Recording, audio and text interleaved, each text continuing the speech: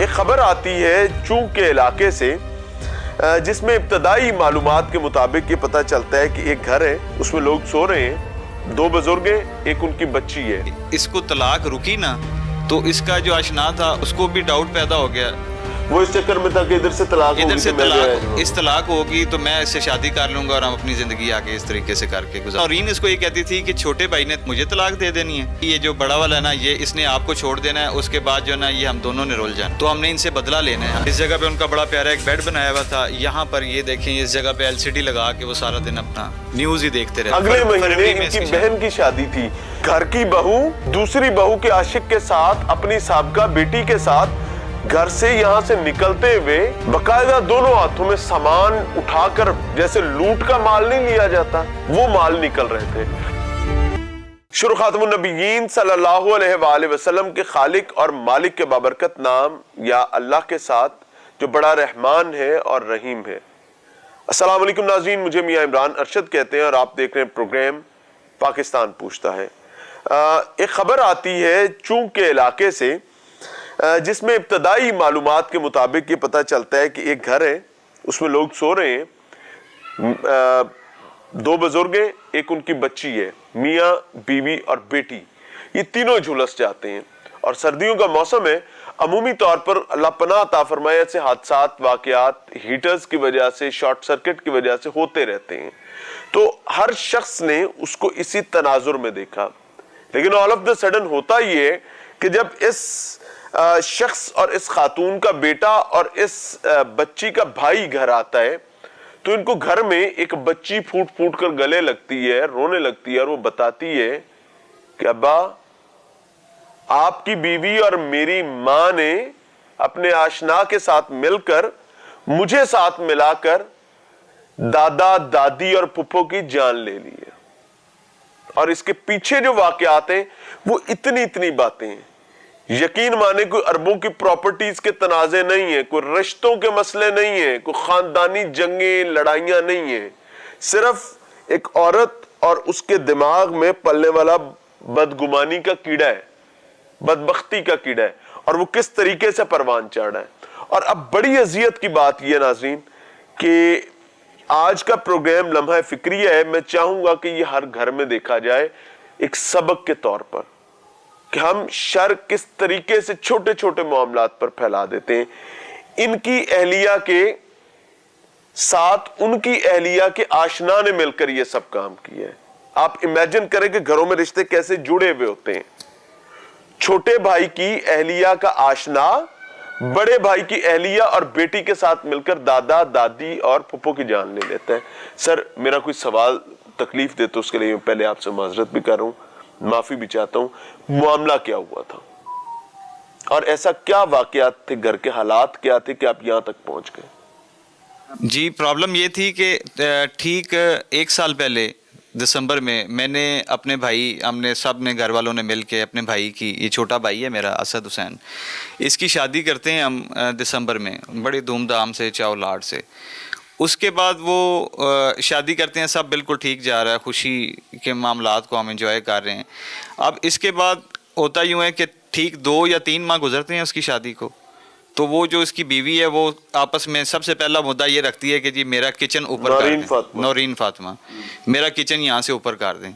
کیونکہ میں جو ہے نا وہ علیحدہ اپنا کھاؤں پکاؤں تو میں نیچے نہیں رہ سکتی۔ اس گھر کے ہماری 3 منزلیں، ایک ہی ہم نے رینٹ آؤٹ کیا ہوا ہے، سینٹر والے میں خود مینیج کر رہے ہیں اس کو، اور اوپر پورا نیا پورشن علیحدہ بنا ہوا ہے۔ تو وہ سامان تو ہم نے علیحدہ ہی رکھا تھا اس کا، لیکن اس کو والدین کے لیے شادی کر کے لے کے آئے تھے تاکہ وہ خدمت کا اس سے ہم کچھ لے سکیں، کوئی خدمت کر سکے وہ، لیکن اس کے ذہن میں کچھ اور ہی چل رہا تھا۔ بیسیکلی آگے جا کے آپ کو پتہ چل جائے گا کہ اس کے ذہن میں کیا چل رہا تھا۔ ابھی تقریباً 2 مہینے بعد 2.5 مہینے بعد نا اس کی یہ چیزیں سامنے آتی ہیں تو میں اس سے بات کرتا ہوں کہ یار آپ یہ کام نہ کریں، تو آپس میں گھر میں سلوک سے رہیں۔ مزید 2-1 مہینے گزر جاتے ہیں، اس کے بعد اس کا رویہ نا بہت زیادہ چینج ہونا شروع ہو جاتا ہے۔ میرے بھائی کو پریشر کرتی ہے کہ میں علیحدہ ہونا چاہتی ہوں، یہ آپ ہی مجھے یہ کہتی ہیں اور والدہ مجھے یہ کہتے ہیں، ابو بھی مجھے ڈانٹتے رہتے ہیں، تو یہ وہ اب وہ نیچے جا کے کہتا ہے اچھا چلو میں بات کرتا ہوں، نہیں بات نہیں کرنی ہے، آپ نے کسی سے بات نہیں کرنی، یعنی کہ اس کو بھی ایک طرف وہ پمپ کر رہی ہے اور سارے معاملات۔ یہ میرے تک بات پہنچتی ہے، میں اس کے والد کو بلاتا ہوں